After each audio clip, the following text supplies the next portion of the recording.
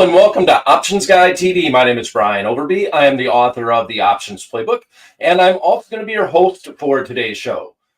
Well, the Fed is speaking, at least Mr. Powell is, and I think today, my I guess review of his conversation is that he was fairly stern in that it's time to start reducing rates. Now, no clue as to if it's going to be a 50% base or 50 basis point rate cut or a 25 basis point rate cut. I still think that 25 is much more likely, and there's going to be a few of them over the next couple of Fed meetings. The marketplace is kind of saying it's 50-50 now, that it will be a 50 basis point rate cut versus a 25 basis point rate cut. Market has perceived it as good. And more importantly to me, the VIX index is actually down now below 17. It's a little bit annoyed because I do, and I've mentioned this and I've kind of led into this a little bit. I brought in a special guest on Monday. I'm very excited about Russell Rhoads coming in, author of a plethora of books in general. Don't want to waste time naming all the titles, but ideally, he probably the most read book on the actual VIX index. I mean, he wrote an entire book on the index. Like that's just such an amazing feat to me to come up with that much content, and it's riveting in the sense if you are a math geek and you do enjoy conversations over around the fire pit about what the VIX is doing today. It is definitely a good read without it. It goes all the way back even into the history of how the VIX evolved. So I do enjoy it. I can't wait till Russell comes on the show. We're going to talk about the seasonality of the VIX. I'm going to look at quite a few trades getting long the VIX, and I want the VIX index to come down, the spot in general. Now, that doesn't have anything to do with the futures market, which is further out in time.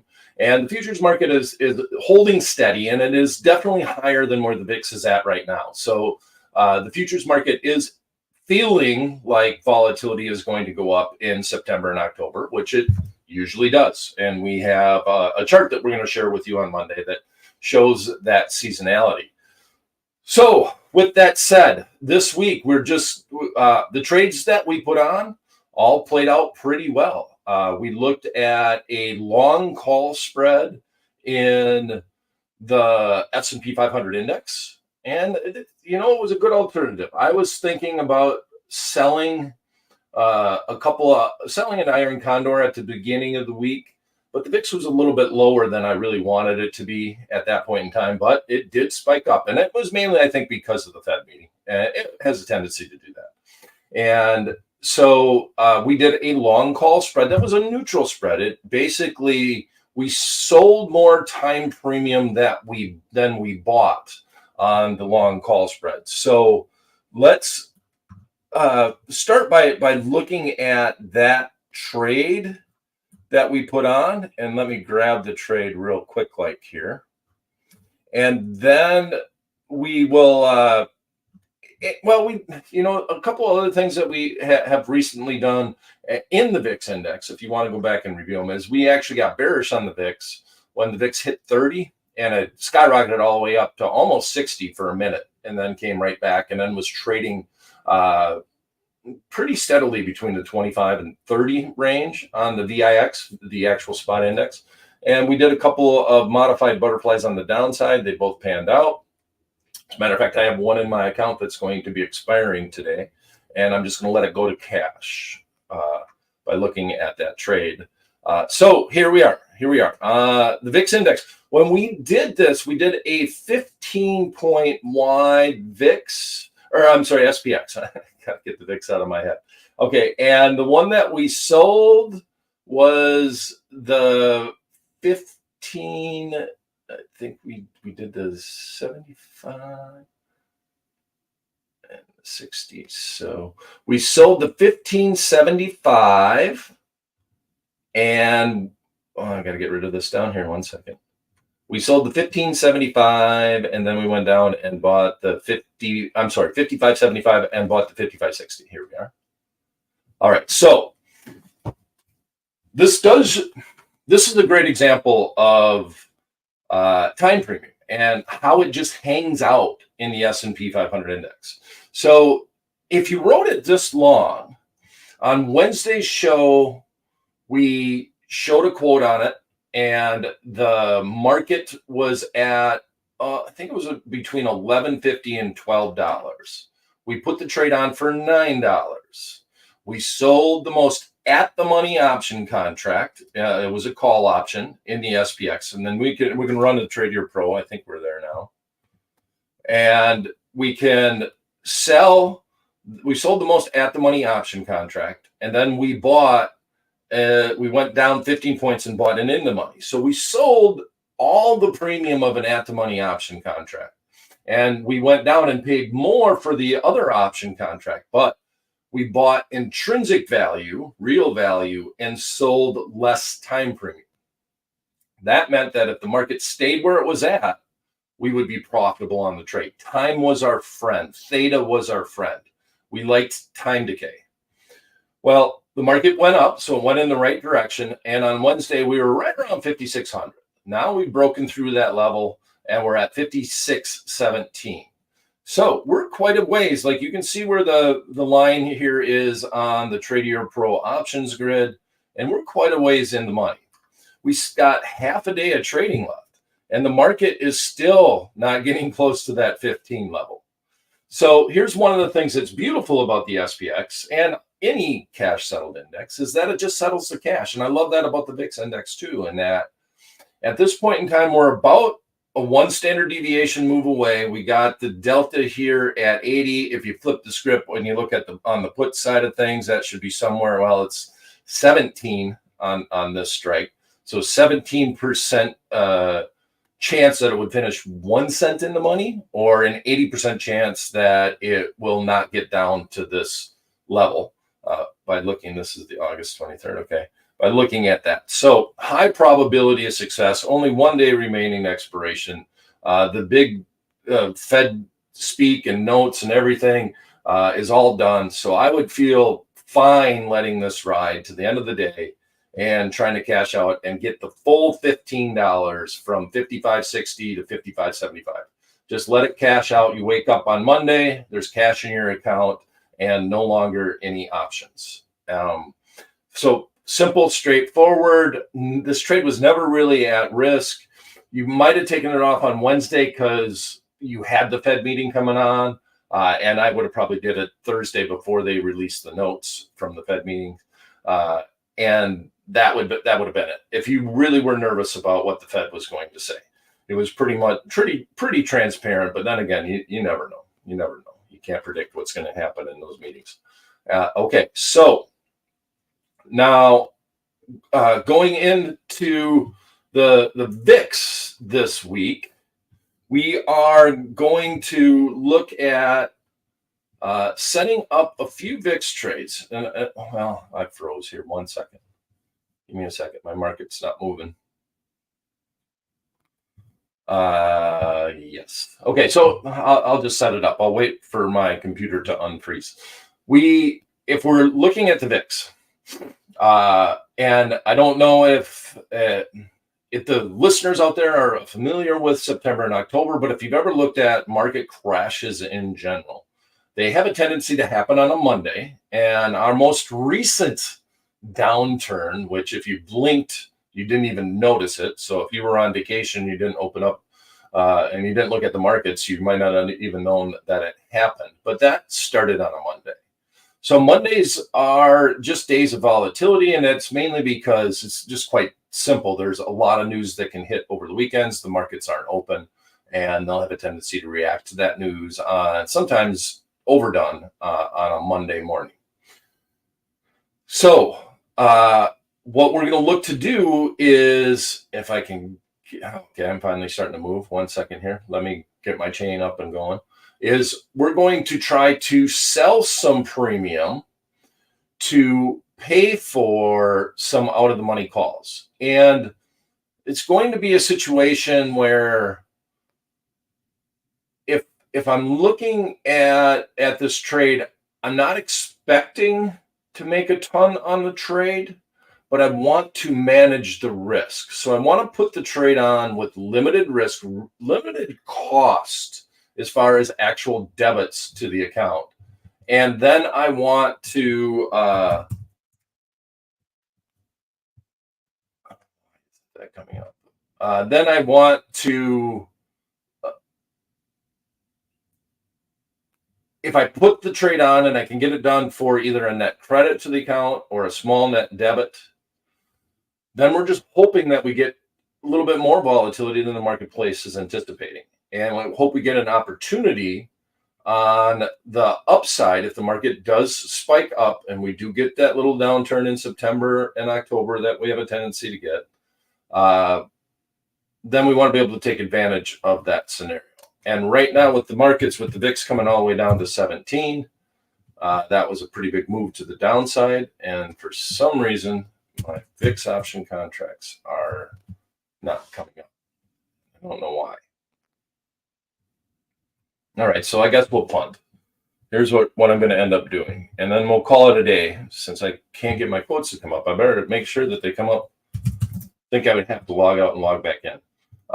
But obviously, we don't want that to happen with the VIX guy, Russell Rhoads, on our show on Monday. But make sure, hey, share it with people. It's going to be a great conversation. Okay, so what I'm going to do, here's my punt. I'm go ahead and go back to the full screen. And, I have a comment too. So we'll address that. But I'm going to come, I'll show you some of the trades inside my book, The Options Playbook, optionsplaybook.com. And since I can't show you the strategy live because for some reason my VIX quotes aren't coming up, I am going to go into the website and I'm going to search for one of my simple trades, I should say. Straightforward. Short put spread. Okay. All right. All right. So if I look at this, let's go Control Plus. And here's the trade that I want to set up. And we're going to set it up with Russell on Monday. Let's share the options playbook. There we have it. Okay. So one of Russell's favorite trades, he shared this with me in the past, is to look at a short put spread. And the short put spread, we're going to sell it below the market. So I do like that the spot's coming down a little bit. We need to look at the futures marketplace for September and October. But we're going to sell this put spread, have a small requirement, maybe a couple of dollars. We'll do it about 2 points wide. And use that credit then to turn around and go out of the money and buy a long call spread. All right. So if we buy a long call or a long call spread, we're going to do either or. So depending on the cost, we're going to look at using that net credit that we receive from the short spread to turn around and actually buy the long call. So there's no name for this strategy. We had fun with the strategy with a leverage covered call where we actually called it a fig leaf inside the playbook, and the name kind of took off. In that you're covered, but you're kind of covered. You're not fully covered as if you own the underlying stock. So if you got to sign on the short call, you have an issue. And hence we came up with the name, the fig leaf, when the book was being written. Now, if we look at this strategy, that's just a straightforward trade to do. I was going to set it up, but for some reason the quotes aren't working on the VIX. But we're going to sell that put spread to help pay for the out of the money call. And then I want to go back and flip the script on the short VIX trades that we did.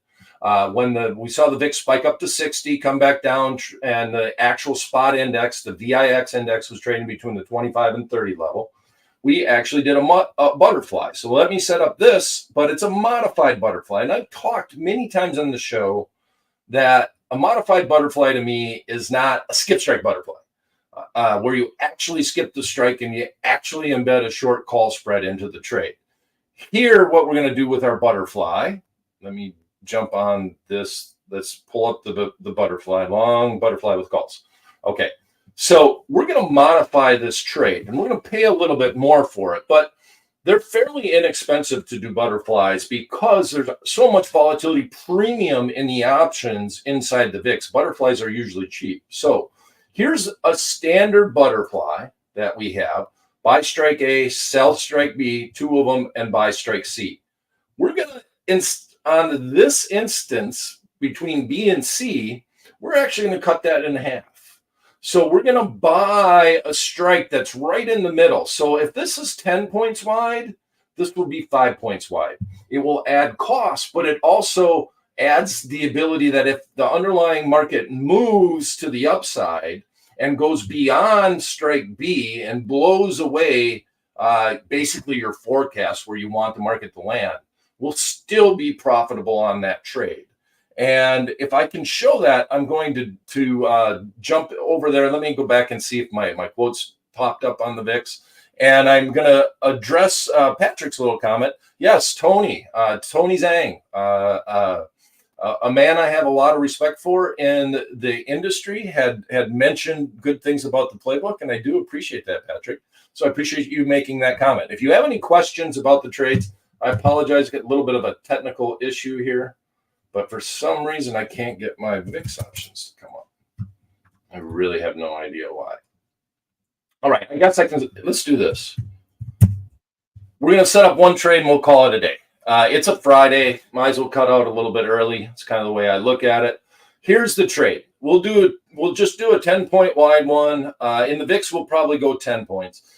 If we can get it done for a decent net debit, might have to go 7.5 or something like that. But I'm going to set up with 10 points here in the SPX. So we're going to go out to September, look at our butterfly trade, pick the area that we think that it will go, and we'll end up buying this one. We're going to go to 10 points here. So 56.50. We're going to sell 2 of the 56.60s and then buy the 56.65. And I'm only going to do this to send it to the what if calculator because I don't have this specific strategy inside the options playbook. All right. So that worked good. Okay. Pull this down, zoom in. And this is what I'm talking about. Let's zoom in a little more and even a little bit more. One more time. There you go. Market's down here in this level. The market is actually somewhere around here, should be. And what we're doing is we're going to target this point. So I love this trade. And this is truly a modified butterfly to me because I'm still paying for it. I'm not bringing in a net credit. I'm modifying one of the wings to add a little bit of net debit, but make this very interesting. And this is what we did on the downside of the VIX when the VIX was trading all the way up here.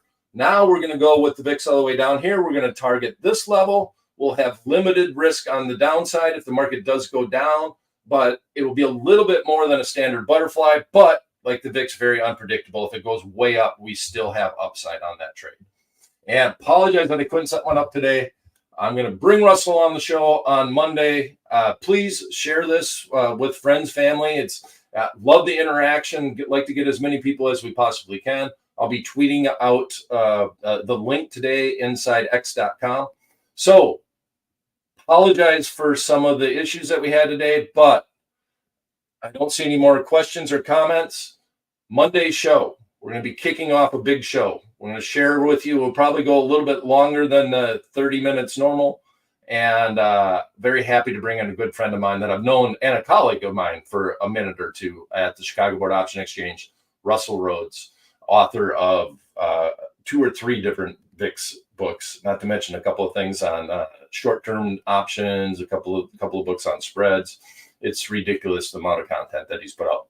Thank you for stopping in. My name is Brian Overby. We'll see you this Monday, 11 a.m. for the next edition of Options Guide TV.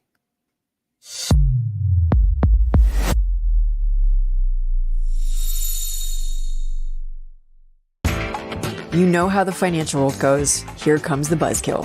Please make sure to take some time to read this boring disclaimer. We will owe you one.